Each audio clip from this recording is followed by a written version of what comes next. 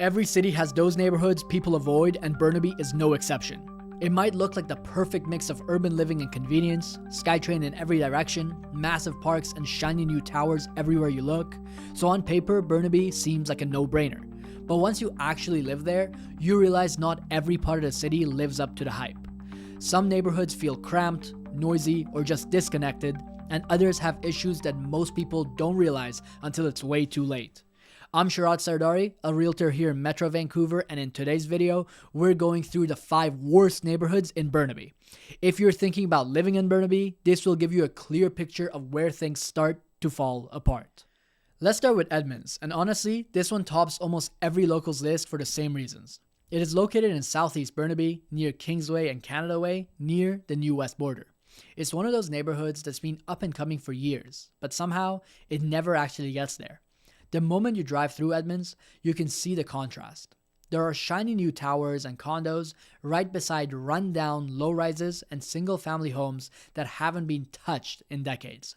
Some streets feel like they're finally catching up, while others look stuck 20 years behind. That inconsistency is what defines Edmonds right now. Safety is a big concern here. The area has one of the highest rates of petty crime in Burnaby. Break-ins, car thefts, and public disturbances near the SkyTrain corridor. You'll often see police presence near Edmonds Station, and locals frequently mention avoiding certain blocks after dark. The community has an uneven reputation. Some areas are redeveloping, and some areas are neglected.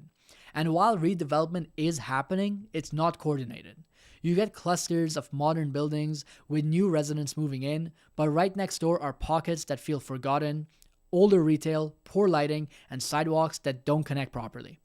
The commercial stretch of Kingsway feels tired. There are great small businesses and diverse food spots, but the streetscape lacks the cohesion or polish you see in other urban parts of Burnaby, like Brentwood or Metrotown. Property values are lower, but that comes with trade-offs. Renters outnumber owners in many sections, which adds to the transient feel. And while the city has promised major improvements, progress is slow. The new community center is a good start, but it's not enough to redefine the area yet. That said, Edmonds isn't hopeless. Its SkyTrain access is excellent. It's one of the few areas in Burnaby where first-time homebuyers can still find semi-affordable options. With steady redevelopment and city investment, Edmonds could actually turn into one of the biggest comeback stories in the next decade. It just isn't there yet. Number 2 is South Slope. It stretches along the hillside south of Metrotown above Marine Drive and facing towards the Fraser River.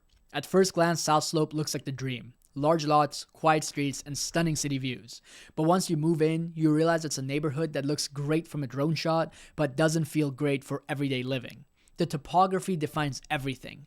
The hills are steep and they dominate how you live your life here. Simple things like walking your dog, picking up groceries, or visiting a neighbor become small uphill battles. Literally. Most residents depend on cars, not because they want to, but because the area just isn't walkable. And when winter hits and it rains, which is half the year, those slopes get slippery fast. Noise is another constant issue. Marine Drive and the SkyTrain sandwich the area. So even though it's technically residential, there's always a low hum of traffic. And because Burnaby's planning has shifted towards higher density in nearby zones, South Slope feels a bit forgotten. Big homes, but not much life on the streets. A lot of the homes here are built in the 70s and 80s, and although many have been updated, plenty still need full renovations. Property taxes are high because of the lot sizes, but day-to-day conveniences doesn't match what you're paying for. You don't have easy access to grocery stores or community hubs, and the few shops that are nearby close early. Residents often describe the neighborhood as quiet, but sometimes too quiet. It lacks that sense of energy of local connection you get in other Burnaby areas. On the bright side though, South Slope does have strong schools and some of Burnaby's best views. If you want more space, more privacy, and don't mind driving everywhere, it still does deliver on that lifestyle. Next is Willington Heights. It sits just north of Brentwood and south of Hastings, bordering East Vancouver. Willington Heights is one of those areas where location sells more than the lifestyle. The location gives you access to everything. Shops, SkyTrain, restaurants, and the highway. But for people who actually live there, that centrality often feels more like a burden than a perk. Traffic defines the area. Hastings Street, Willington Avenue, and Parker are constantly backed up. During rush hours, commuters looking to dodge the highway traffic cut through residential blocks, flooding narrow streets with cars. Parking is a daily headache. If you come home after 7 p.m., good luck finding a spot anywhere near your home. Noise is another daily frustration. Between commercial traffic, city buses, and ongoing construction, peace and quiet are rare. Add in how dense the area has become with smaller lots, multifamily homes, laneway houses, and that once family-friendly neighborhood is quickly disappearing. The housing market here is also tricky. Prices are high because of the proximity to Brentwood and Vancouver, but what you get doesn't always feel worth it. Many homes are outdated with small yards and limited space, and even newer builds feel cramped because they're squeezed into tight lots with little separation. Locals often describe Willington Heights as a place that's convenient but not relaxing. It's one of those areas that's great if you're out most of the time, but tough if you actually want to spend time at home. There's still one thing that the area does right though, and that's culture. It's Burnaby's most established community, with old Italian bakeries and cafes, mom and pop shops that have survived for generations. It has personality, even if it's chaotic. If you want to live close to everything and don't mind a little noise and crowding, then it might be right for you. Next is Sullivan Heights. It is near Lougheed Town Center along North Road next to the Coquitlam border.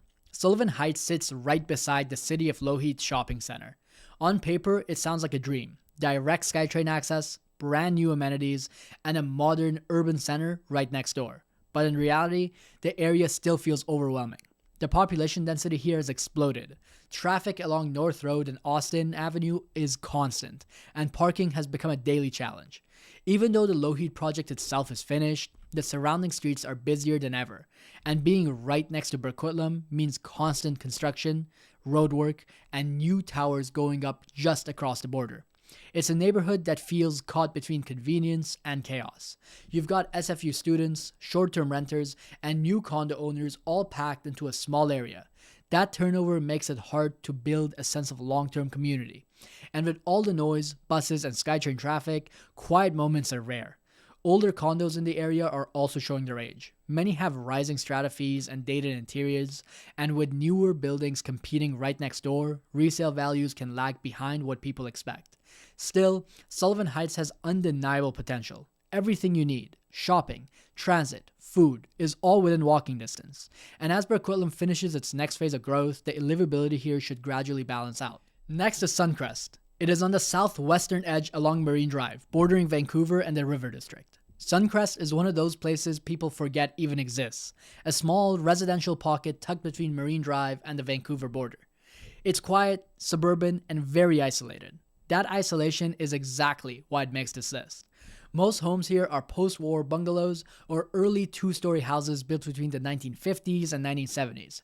Some are beautifully renovated, but many still feel dated, with small floor plans and limited curb appeal. The streets are peaceful but eerily empty. There's no cafe culture, no local gathering spot, and barely any walkable amenities. The neighborhood is boxed in by busy roads and light industrial zones. Marine Drive brings in constant truck noise, and the stretch near Boundary Road feels more commercial than residential. There's very little pedestrian activity, and sidewalks are inconsistent. Public transit isn't convenient here either. Bus routes are limited, and the nearest SkyTrain station isn't within walking distance. For most residents, driving is non-negotiable. Marine Drive itself can be stressful, fast traffic, narrow lanes, and backup during commute hours. It's the opposite of the calm, suburban lifestyle most people expect. Because of its location, Suncrest sits in a strange middle ground. Not quite Vancouver, not quite central Burnaby. It's quiet and safe, but for many, too quiet. Locals often describe it as sleepy, peaceful but lacking community life. Still, there are some positives. The lots are large, the views over Richmond are impressive, and the proximity to both Vancouver and the airport make it practical for frequent travelers. For families that want privacy, detached homes, and a slower pace of life, it's one of the few places in Burnaby that still delivers that. Those are the 5 Burnaby neighborhoods that locals complain about the most. The areas where safety issues, congestion, or a poor design make daily life harder than it should be. Each of them have better and worse pockets, so none of these are bad places. But they all show how quickly lifestyle and convenience can change from one part of Burnaby to another. The key is knowing what you're getting before you buy.